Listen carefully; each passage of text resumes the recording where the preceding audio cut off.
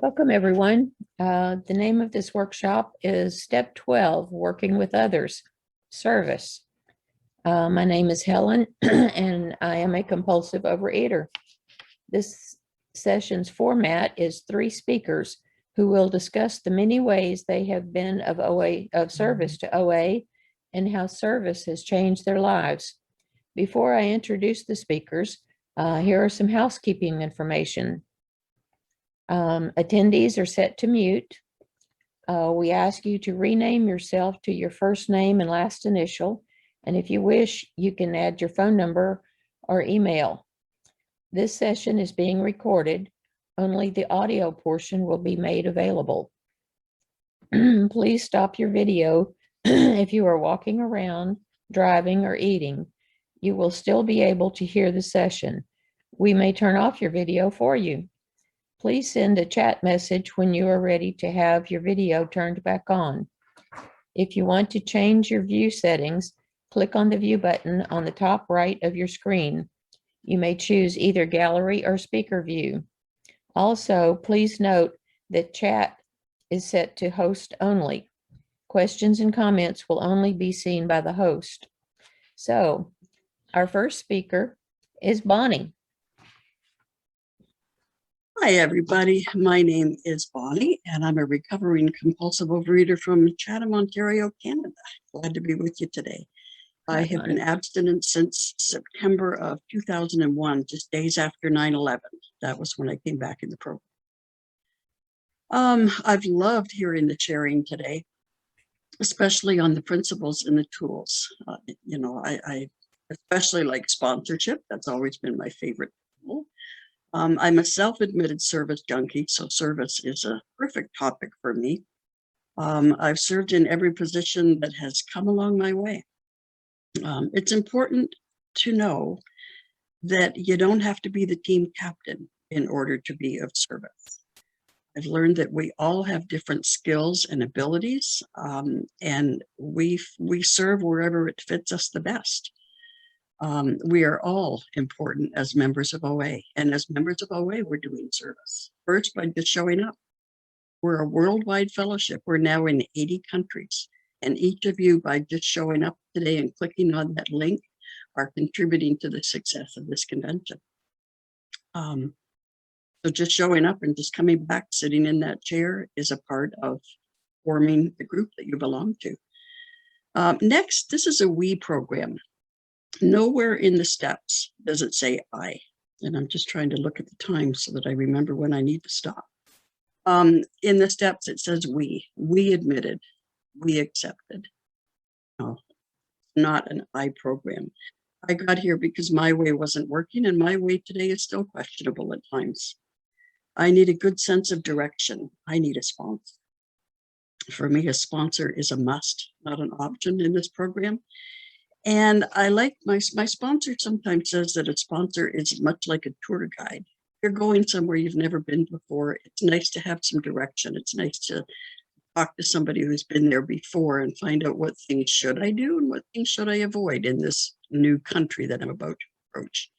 So I like to think of sponsorship that way. I've always used a sponsor, and after a while of doing that, I began to sponsor others myself. And both of those are service, whether you're being a sponsor to somebody else or whether you're using a sponsor. Both people benefit and grow from that. I became a group rep early on, and then treasurer and secretary and intergroup chair, because like I say, I'm a service. It's not for everybody. You know, different levels of service are not for everybody. But every time I took on a new service position, I began to expand my world. When I first stepped up at the intergroup level, I got to meet people from other groups who, that was before Zoom, obviously. And if you stick to your home group, you're so limiting the experience and that you'll hear from people. So I was glad to expand my world to just other groups in my intergroup. From there, I moved on to the region level. The first time I went was as a visitor, and I think I had only been in OA for a month or 2 months. I was still brand new, and I tagged along with somebody who was going to region. And on the way there, we learned the region secretary was ill. I believe she was battling cancer and couldn't attend. And so at my very first region assembly, I stepped in and acted as secretary. It's something I had experience with in the past. And so I filled that void for that particular assembly. And then the second time I attended region, I stood as secretary and was elected. Took them a long time to get rid of me, but my world expanded again. And I got to know people from Michigan, Ohio, Kentucky, Wisconsin, um, parts of Chicago, Indiana. I got to meet people from other areas, people just like me. That led me to then attend World Service, first as a visitor. I was probably involved as region secretary or something at the time, but I went first as a visitor. And if you're not aware, anybody can go to World Service Business Conference as a visitor. It's commitment because it's in Albuquerque, so it's a long ways from home for most of us. But going as a visitor, you can simply sit at the back of the room and listen and watch those wheels turn. Or even there, you can volunteer as a page or as a timer, just as we do here with timers. But I am in awe every time I go to a World Service Business Conference to see how we can vote, how we can share our views. And sometimes we are very opposed and very passionate about our views and opinions on motions. But to see the wheels and the traditions in action and to see group conscience reached, and then everybody remains as friends, and opposing sides go out to dinner together and we move on. We put principles before personalities. It blows me away. It did 20 years ago, the first time I went, and it still does today at any level, at intergroup level or region or world, to see that we can disagree, but it's okay. We're allowed to have our opinions. At the world level, I served on the Region Chairs Committee, coming out of Region 5 as their chair, and eventually chaired that committee. But it was again at conference where that expansion continued. That's where I met Dodie, who we'll hear from later today, Wanda, who we heard from earlier, and it's where I met Meg and Neva. Neva's going to share later on here today. We have a spiritual principle involving service that is really important to me, the principle of rotation. And I think it's critical that we honor that principle of rotation. I rotated off the Region 5 board after serving in 3 different roles. I was secretary and vice chair and chair of Region 5 and eventually rotated off. With 1 year off in between that and my next role, I stood for the position of General Service Trustee and was elected at the world level for what ended up being 2 back-to-back terms. Very interesting and very enjoyable. And again, then I met people from all over the place. Well before the pandemic, I was blessed with friends around the globe, and this is because of service. I have actual friends today in Scotland, England, France, Belgium, Germany, Portugal, and now Greece, and I've probably left some out. I've even attended meetings in many of those countries prior to Zoom and the pandemic. I did that only because I first admitted my powerlessness over food, and then I was willing to serve. If you asked me to do something, I said, yes, I'll try. I have learned that God doesn't call the equipped, he equips. And I'm not alone in any of this. We are never alone when we take on a service. We can call our sponsor, we can call our service sponsor, we can always reach out for somebody else. For 2 years, I served as your treasurer and helped a lot with the budget, and my last 2 years as chairman of the board of trustees. What a wild experience that was. I was elected just prior to the beginning of the pandemic. And so as serving my first year as your chairman of the board, we had no business conference. We had to adjust the whole plan. And we did that first year just literature and elections because there was no time to plan. And then my second term ended as I tapped my gavel in April, ending our historical and groundbreaking first ever virtual convention. That's not anything I planned for when I offered to stand for the position. We had 240 people from 20 countries in attendance at that conference. I'd like to again say thank you to Helen for earlier acknowledging the people behind the scenes making all of these things possible. We have the most tremendous staff at World Service Office, and many of you don't get the pleasure of working with them. I had the absolute honor of working very closely with the staff, and these are our unsung heroes. If you've never done it, please consider an old-fashioned card that you put in an envelope with a personal note and put a stamp on the front and send it to some of our staff so that they know they're appreciated. If you like what's been going on with our literature, address it to Dee Dee. She's our publications. Sandy is our event planner. She helped a lot towards planning that virtual conference and is now working endlessly and tirelessly towards our convention in Orlando in August. Sarah is our managing director who guides and oversees all the staff and all the departments, and she does a fantastic job. And our controller, Rose, handles every contribution that comes in. She would be the one maybe most likely to get a little thank you note, but I'm sure they would appreciate it.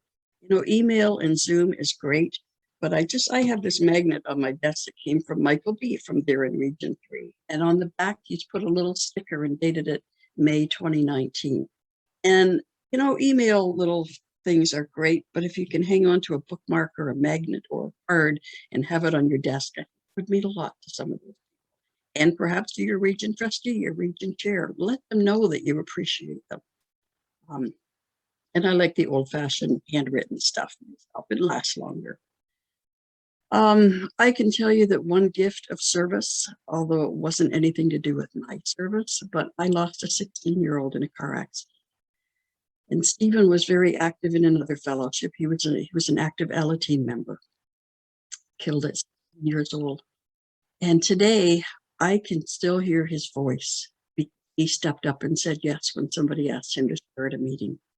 And, you know, recording meetings like this, you don't know what that might mean to somebody else in 5 years or 10 years.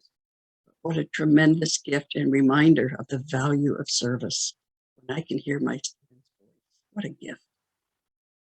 My service has now come full circle. When I rotated out, I received a token of appreciation, and I'll just show it to you for those that weren't at conference.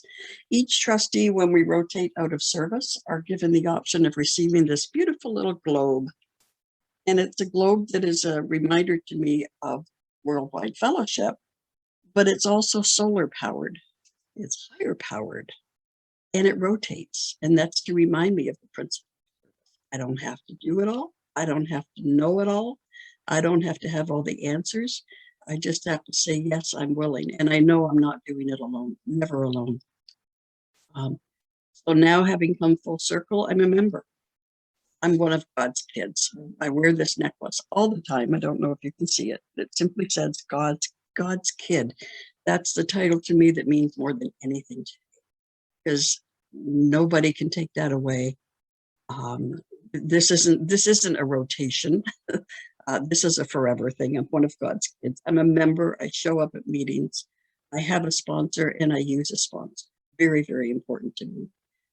I sponsor others when I'm able to, and I share when I'm asked to. That's service enough for me. That's where it all starts, and I think where it all probably ends. I also have stepped up to be the speaker chair for the coming convention in Orlando.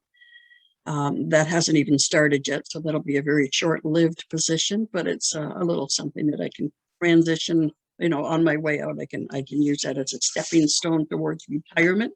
They call us rusty trustees once we move on out. And so with that, I'll just wrap it up with a little phrase that I got from my first ever sponsor, and I don't know how I'm doing on time, but you're doing fine. You've got 4 minutes left. Okay, I will not use it. I'll leave some for others, and that's a good thing. But in rotation, I remember when I rotated out as Region 5 chair, oh my God, I went through such withdrawal. And you know, and I really felt like a has-been. And my husband said, you might be a has-been, but look where you has been. I've got a lot of special connections made throughout my service.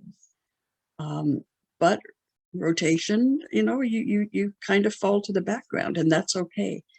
And I've lost a lot of people and a lot of things and a lot of jobs and titles and whatever over the years. But this is what my former sponsor, had on her wall, and she took it off the wall and gave it to me. It says simply, I've learned to hold on to things loosely, because when I hold on too tight, God has to pry them from my hands, and that hurts. Rotation helps me to hold on loosely, and understanding that principle going into it, me to not leave claw marks on my way out. So I've enjoyed absolutely every opportunity that's come my way, and I thank you today for this opportunity to share that with you.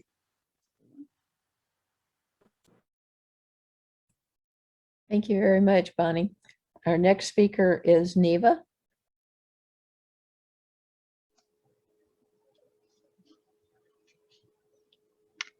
Hi, I'm Neva. I'm a compulsive eater.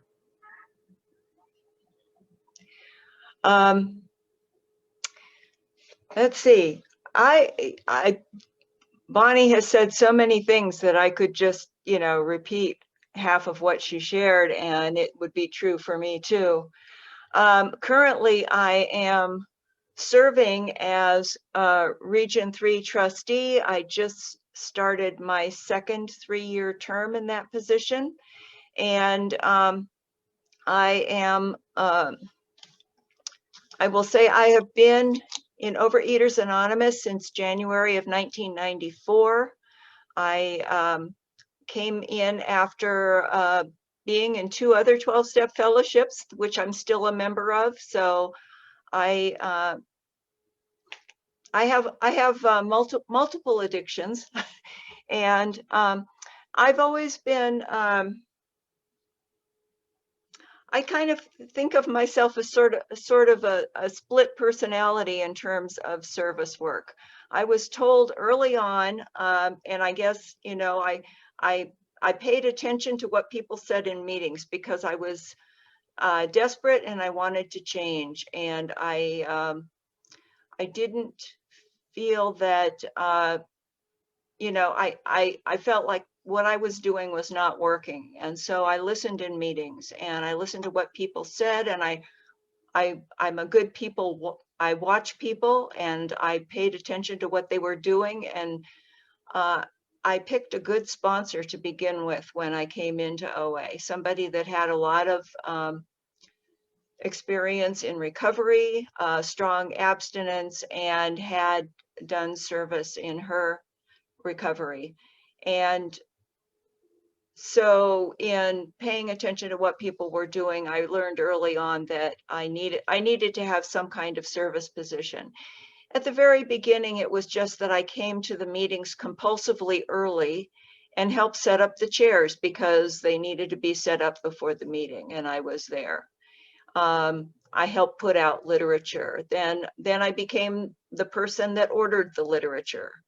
I volunteered to lead the meeting. I became the secretary at the group's business meeting. I really started small in service and just kept doing what was put in front of me to do and what I was asked to do. I was told early on, if somebody asks you to do service, unless you have a really compelling reason not to do it, say yes. And there have been only a few times when I have said no to service since I've been in recovery. And they actually over time have become fewer and farther between. Because every time I say yes to service, I grow. I grow emotionally and I grow spiritually. When I first came into recovery, I was a really shy, I still consider myself an introvert, but I was a really shy person and I didn't know how to speak in front of a group of people. And I learned that in these rooms. I learned that I have a voice, And I learned that my participation is important. For those of you who are interested in service and haven't discovered them yet, I really recommend that you find the pamphlet, The 12 Concepts of OA Service, and not just read it, but study it and study the principles of the concepts, because they have really helped me to grow. And in fact, when I was ready to do service beyond the group level, the OA sponsor that I had at that time, and is still my sponsor today, but not my original sponsor, you know, she took me through not just the steps, but the traditions and then the concepts. And so, and I'm studying the concepts today with another sponsor as well. So, you know, I keep growing and learning, not just from doing the service, but from studying the principles behind service and why we do service. And I apply it to my life as well as to my recovery and my service work. It helps me in my relationships with people. So when I first came in, like I said, I did a lot of service at the group level, various positions. At some point, my group needed an intergroup representative, and I did not really understand what intergroup was. I kind of went into that blind. I went to my first intergroup meeting, and they needed right at my first intergroup meeting, their secretary had resigned and they needed somebody to be secretary. And I said, well, I'm new here, you know, I'm just representing my group, but you know, I'll take the minutes for this month, you know. And I did that for about 3 months running until I finally took the position. You know, like I say, I've always been reluctant in service. But it always does me good. And then a few months later, then the intergroup chair rotated out and nobody wanted to take that position. And I'm pretty sure somebody asked me to do it personally, because it is not something that I would have stepped up to.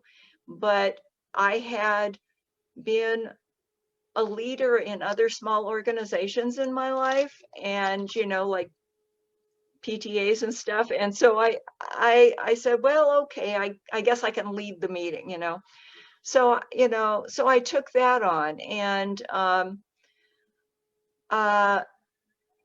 only did it for 1 year. I was very anxious and very, you know, I had a lot of anxiety around performance and being in front of a group of people still, but I was learning and growing in the whole process. And so I did that. And then I started sponsoring people. You know, to me, that's a really important piece of service as well. I didn't think I had anything to give anybody at first, but you know, I just kept, you know, when somebody would ask me, or if somebody came into the room and I really identified with their shares as a newcomer, I would go up and talk to them, and then they might ask me, you know, and I would help them. And you know, I didn't succeed, you know, necessarily with every sponsee that I took on, you know, but I learned over time that this is a program for people who want it more than for people who need it. And that helped me not carry responsibility when somebody decided that OA wasn't right for them, or that I wasn't the right sponsor for them. It just helped me be more flexible, be more right-sized in, you know, what was and wasn't my responsibility. And so I went along. I moved in 2002 from Northern California, where I first came into recovery, to Southern Arizona.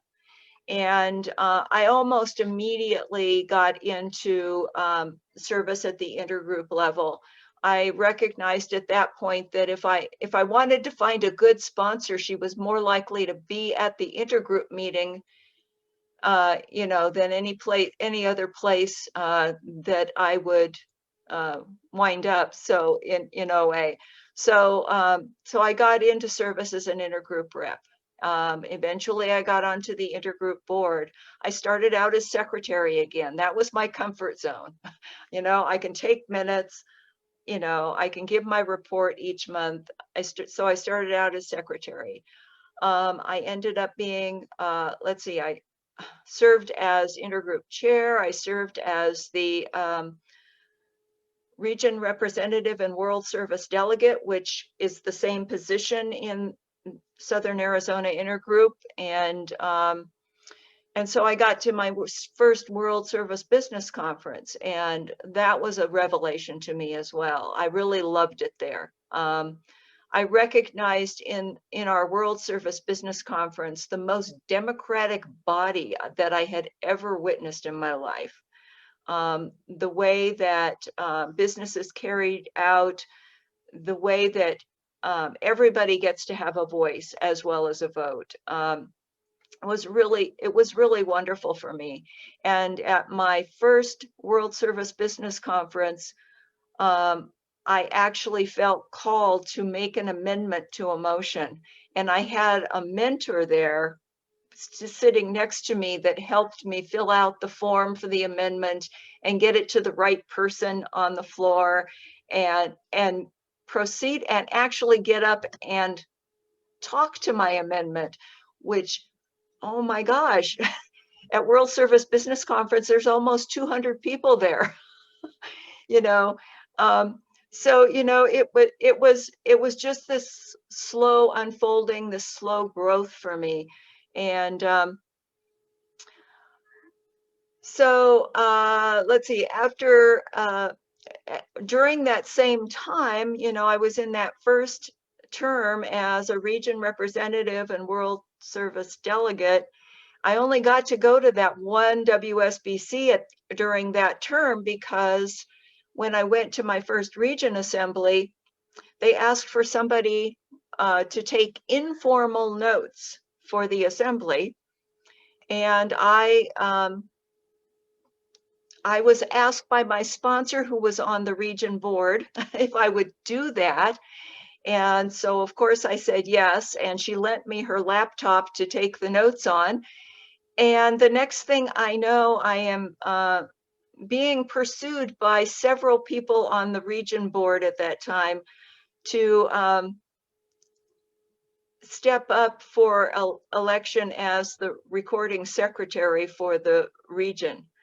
And so I reluctantly, as always, said yes to that and stepped up to that position. At that time, I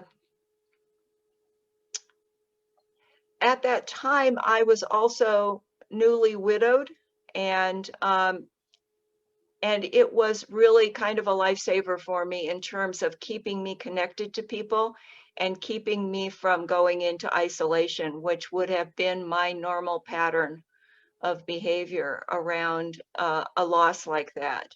I had lost both of my children previously, and, you know, but I had a partner still in my life, you know, and then when my partner died, it would have been a perfect excuse for me to go back into isolation and eventually probably lose my recovery.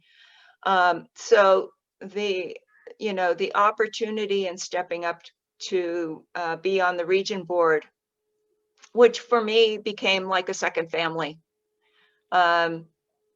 You know, I was able to do that. So I did a term as recording secretary. I stepped down from that, and I did not have another plan. But at that time, the position of Region 3 trustee was coming up open. And it wasn't somebody else's voice, and it wasn't somebody else's voice. It was my higher power's voice in my own head that encouraged me, nudged me and nudged me and nudged me to apply for that. And I did not think that I was qualified. I thought, okay, I'll go ahead and fill out the application, but they won't elect me because I really am not that strong in some of the areas that they need a trustee to be strong in. And, but they did elect me. And I stepped up and I learned a bunch of new things, and I'm still learning new things. In my 4th year, I'm chairing a conference committee, co-chairing a conference committee that I had been on previously, but co-chairing a conference committee is, it's really kind of, it's a big step. It's a big, conference committees are large committees. There are usually 30 or 40 members on a committee. There's a delegate co-chair to work with, which is really great. But there's a lot to learn right up front when that commitment is made. And so I am doing that work and learning more things again. And it's a never going ongoing process for me. As far as I guess one of the other things I want to say is that all through this course, this history of my service, that my abstinence has been strengthened. I don't know how many times I could have gone into relapse, but the thought of having to give up a service position that I had committed to and that I was at that point beginning to enjoy, was just like, that was enough of a barrier between me and using food to numb out some emotional situation in my life that I still was trying to avoid feelings around. And so I just really can't say enough for service and how much it has changed me. I stand up for myself now. Because of service, when my husband passed away, I was able to stand up and fill in, his part of the responsibility for keeping the house going, for keeping my life going, for taking care of pets, for being in touch with family, a lot of things that I used to delegate to him so that I could do other things. I had to pick up those jobs and do that too. And I think it's because of my OA service that I had the ability to focus and discipline myself to get the job done. And so I also don't know how much time I have left now, but I think that I was going to let you know at 1:06, but I mean, however you want to finish, we should be good. I really think that I've pretty much said what I need to say about it today. As I said, Bonnie took away a lot of my lines, and some of them may bear repeating, but I do think that service really has saved me in so many ways. And so I encourage anybody, if somebody asks you to be of service, say yes. If a service position just opens up and you feel a little tug, usually it feels like fear at first for me. But if you feel that little tug, that little nudge, like somebody's behind you kind of bumping you on the shoulder, stand up and say yes to it. Try it out. We are a loving bunch of people. And if you try out some service and you really find that you can't do it, there are people to help you. You will either get the help you need to do it, or you will be allowed to step back and let somebody else take that position. You know, it's not a you know, a death sentence or anything.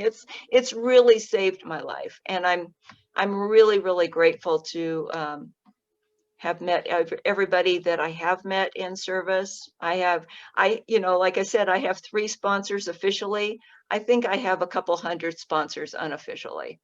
You know, people that I know I can reach out to at any time and just spill my guts about what's going on and get some little piece of wisdom that is going to help me get through it and move forward. So thank you all for being here today. Thanks. Thanks, Neva. Okay, thank you, Neva. And our last speaker is Elaine. Good afternoon, everybody. It's afternoon where I am. I don't know where y'all are, but I'm Elaine. I am a compulsive overeater. I've loved the convention. I mean, there's so many Dallas connections for me. My first World Service was 2000 in Dallas. I mean, I just still can remember so many things about that, and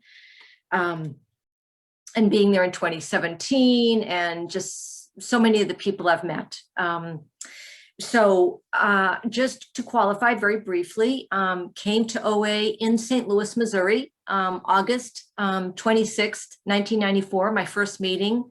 And at that first meeting was so desperate, I said, all right, I will surrender sugar in recreational forms, eating multiple servings at meals, and grazing. Those are the first 3 things. I couldn't commit to anything else but those 3 things. And I left that meeting. It was 5:30 at night, 5:30 to 6:30, came home and ate 1 serving of each item at dinner and went to bed without grazing, not by my own strength, but by the grace of a higher power, and was not at my top weight. When I came to OA in 1994, I was 154. It's above what's a healthy body weight for me. But my top weight, I don't know, because of course I wouldn't get on a scale. I only know that clothes size 16 were way too tight. So I tried to wear anything that was very flowy so that, you know, I didn't have to really acknowledge that truth. And also, just I say, I did not go to the doctor for 5 years because I didn't want to get on a scale. So fast forward. Steps, traditions, service, concepts, sponsor, every tool we've heard. I am a healthy body weight today. I have a connection to a higher power who loves me and that I love. And I can just say to Bonnie and to Neva, same. And we could all just stop and just meditate for 15 more minutes, but that's not what the point was. So the first thing I heard when I came to OA in 1994 is service is slimming. And I liked that slogan because I was overweight and struggled a lot with yo-yo dieting. And so I thought, all right, if they say service is slimming, then I'm going to do service. And that meant go to meetings. That's really important. Go to meetings. Call people. It's very hard, but can do it. Help out where needed. If they need someone to read the opening, you read the opening. If it's, I'm going to chair a meeting, I'm going to do that. Of course, the most important thing, be abstinent. You know, commit to a plan of eating, follow the plan of eating, get a sponsor and work the steps with the sponsor. So those were the very beginning essence of service for me that I could wrap my arms around. And then, of course, in St. Louis, it's what we call a bi-state area because we're right between Illinois and Missouri. I lived in Missouri, I worked in Illinois. And so they needed someone to go to an intergroup meeting. And I said, okay, fine. You know, I lived close by. And again, service is slimming. So I want the slimming. So I'm going to do that. So realize, oh, okay, this is a business meeting. This is to make sure we get all the things we need, make sure there's literature. I mean, that was very important to me when I first came in. It's not like today where you could go online and order stuff.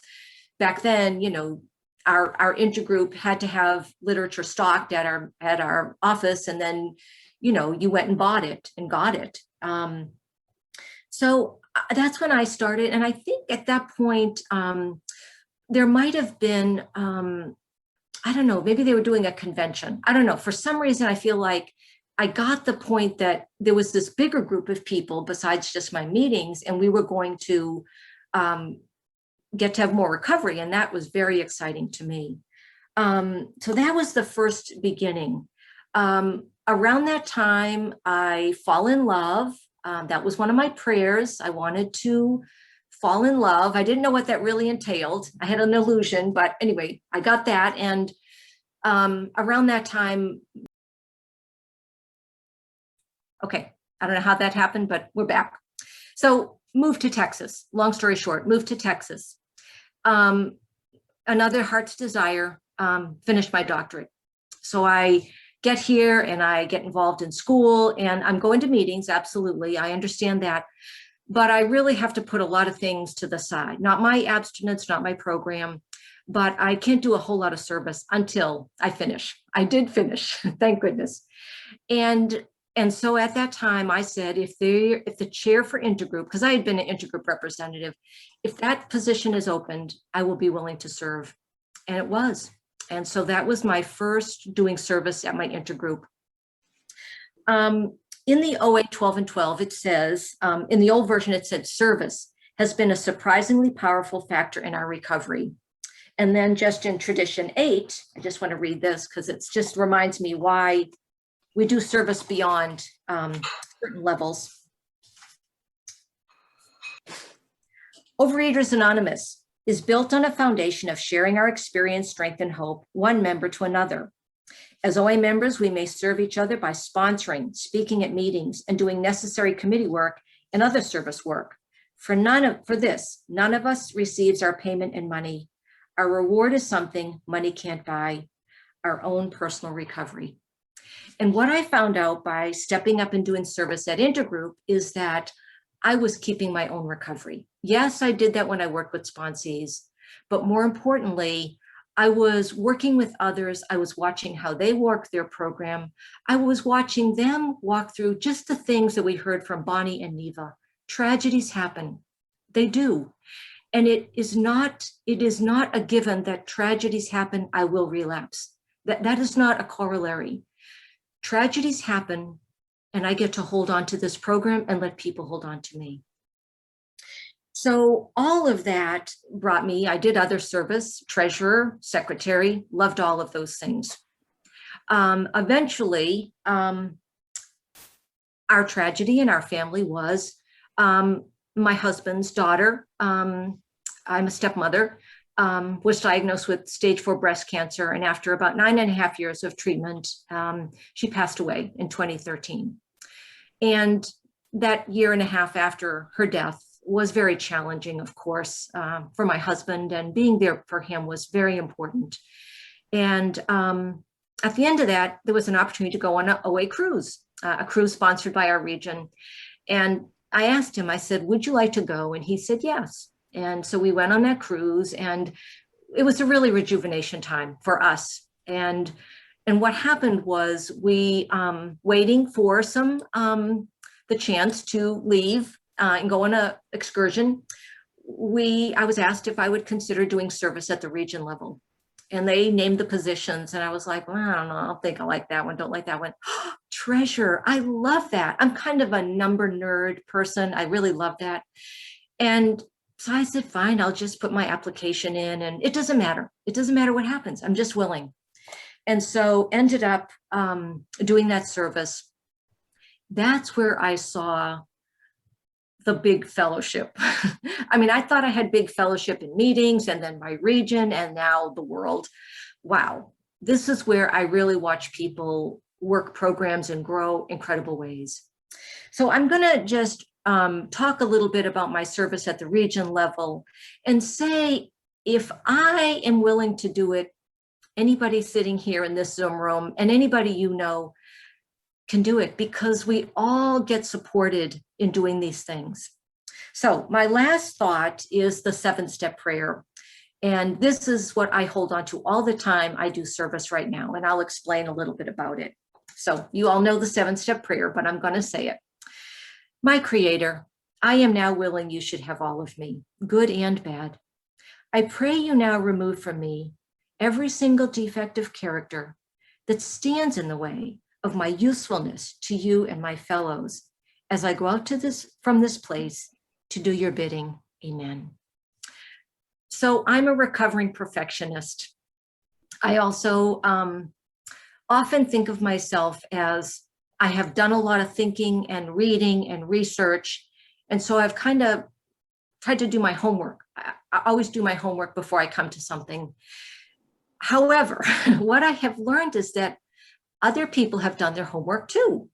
And other people have really great ideas, or more importantly, just want to be heard. Like, what's going on? And so what I have had to learn in my role as a treasurer, but certainly as a region chair, which is just coming on a year, is listen and learn. And it's good for me to give my voice. It's good for me to have this thought. It's good for me to share. It's very important not to sit back and just be mute. It is also equally important to make sure others have their voice. And it is also very easy to close down communication because of the title that I might possess. And that's true as a treasurer, it's true as a chair. It's so important to carry that title so loosely because it's really like a designation in the bigger world. It's not really that important in the recovery world, in the sense that the best answer can come from anybody and not necessarily from the person with the biggest title.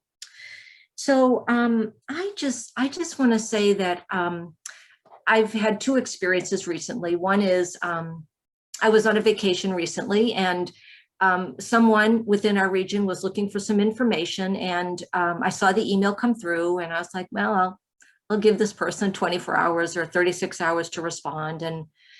And they didn't respond. And so I reached out to the person and I said, hey, if this is what you're looking for, here it is. And then I said, I struggled so much with my own timetable I think everybody needs to be on. And the person said to me back so lovingly, oh, Elaine, we're all just volunteers. Love and tolerance of others is our code. You know, I'm sitting by a fire pit in Arizona and I read that email and I just wanted to cry. I wanted to cry because I could be honest about how I was coping in that moment in service. And I was met with so much love and support, but also loving sternness. Like, let go of that. Don't carry that any longer. And so I just want to say, if you're waiting for the perfect moment, for the perfect self, to do it not afraid, to feel like you got all the letters after your name to be prepared, you're missing out, because I was missing out too. It's better that I just showed up and jumped in. And I'll just say, and with this last thing, that when I signed up to be treasurer, that was really what I wanted to do. But within, like, I don't even know how long it was. Maybe it was just a couple of months. The person who's the chair calls me and says, I can't go to World Service Business Conference this year. I'd like for you to go for me. And like we've already heard, there's nothing standing in my way. I was scared to death. And, you know, there's just all this role and all this stuff. And it's the best thing ever could have happened. Best. A couple of years later, same thing happens. Person says, I can't do it. I need you to go step in for me. The people I've met, the connections around the world, that I'm never alone. So I welcome you to the service bubble. We want you here. Thank you. Elaine. There's still 4.5 minutes left. Host and leader, not sure how you want to use that time. If you want to open it up for time, questions and answers. Well, we could open up for question answers or from sharing, because we do have 10 minutes.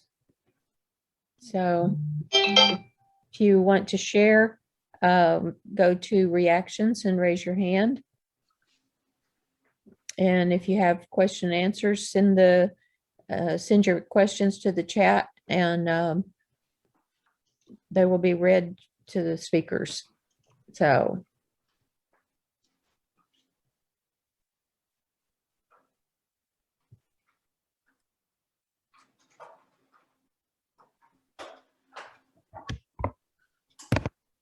I haven't seen a hand yet.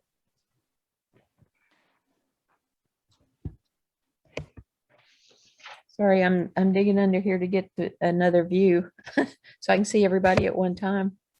Oh, Sue, go ahead. Hey, yeah. Hello, everybody. Sue, compulsive eater. So one of the things that I heard a few of you touch on, but getting people to do service. That's one of the requirements I have with my sponsees, is that they do service at some point. But I heard a few of you say that you were contacted personally, like the personal request, a personal phone call, a personal this or that. Do you find that that is a good way to, rather than just, we need someone who wants to step up? Do you find that that's one of the ways to help with that, issue that I've seen? Thanks.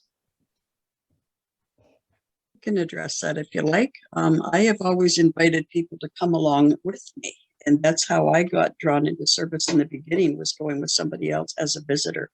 So definitely inviting people to observe, and also letting them know that we believe in them and we are there to support them, that they're never alone. Thank you. Lori? We have a question in the chat for any of the speakers. How has service helped you maintain your abstinence?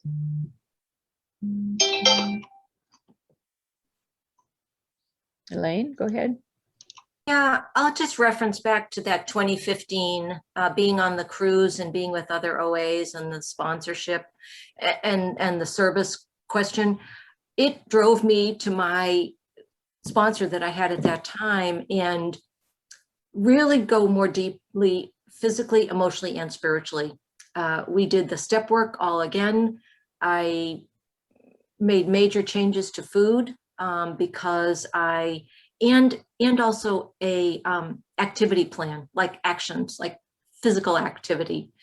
And I would say that it wasn't necessarily like within a month or 2 months, but it was really a process of that next year of really, and I would say that the big thing, I mean, yes, changing up food, more physical activity, but the nightly review and prayer and meditation much more consistently in my life.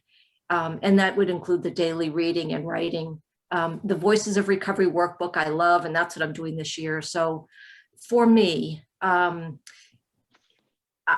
just needed to deepen my program, and the commitment to do more service at a deeper level drove me to work more closely with my own sponsor. Okay, thank you. Neva, I see you have your hand up. Yes, I think what another thing that helped me was that I was already working with a sponsor, and yes, we, did, work steps or traditions, whatever I needed at the time. But also I was having enough trouble with my food at one point, struggling with what I should eat and how much I should eat. And my sponsor suggested that I get outside professional help to help me construct a food plan that would work for me. And I finally took that suggestion.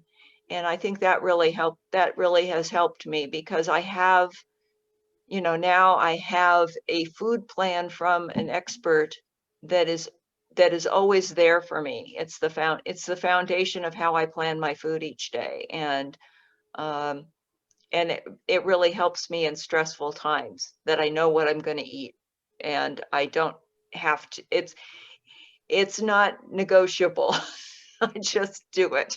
And so anyway, thanks. Thanks, Neva. Do we have another question from the chat? We don't, but I have a question. Oh, okay. So recently, I've become aware, it seems like more and more members are getting a service sponsor, kind of like a food sponsor.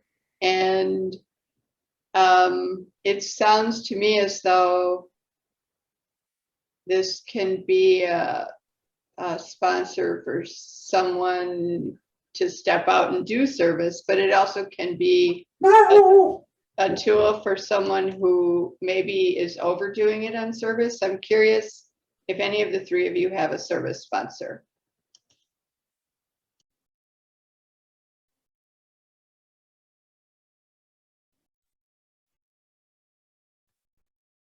I had a service sponsor up until maybe 6 or 12 months ago. And I think a service sponsor is invaluable, especially for people starting into it. And I think the help would be there to find a balance, to not overdo, and yet to make and meet your commitments, as well as somebody with a good understanding of the traditions and the concepts. Those are very, very helpful. I recommend a service sponsor to anybody who is involved in service or considering being involved in service. Okay, thank you. Neva? I see your hand back up. Yep. Yeah. And I think I agree with what Bonnie said, and an alternate idea there too is that if you are thinking of going into service and or wanting to get into more service but have reservations about it, and you are looking for a sponsor in general, look for somebody who does service and has good recovery, to sponsor you, because then they can help you with balance in all areas of your life, and not just be there for the service questions, but for all of your recovery questions. And I have sponsors in my life that have done service, and some of them have overdone service at times, and they are not very slow to let me know that maybe I need to take time for myself once in a while, and and find some balance. So yeah, I think it could be a specific person who is a service sponsor, or it could be a sponsor who does service. Thanks. Thank you. Well, I think we're down to the end now. We'd like to thank you, Bonnie, Neva, and Elaine, and everyone who attended this session.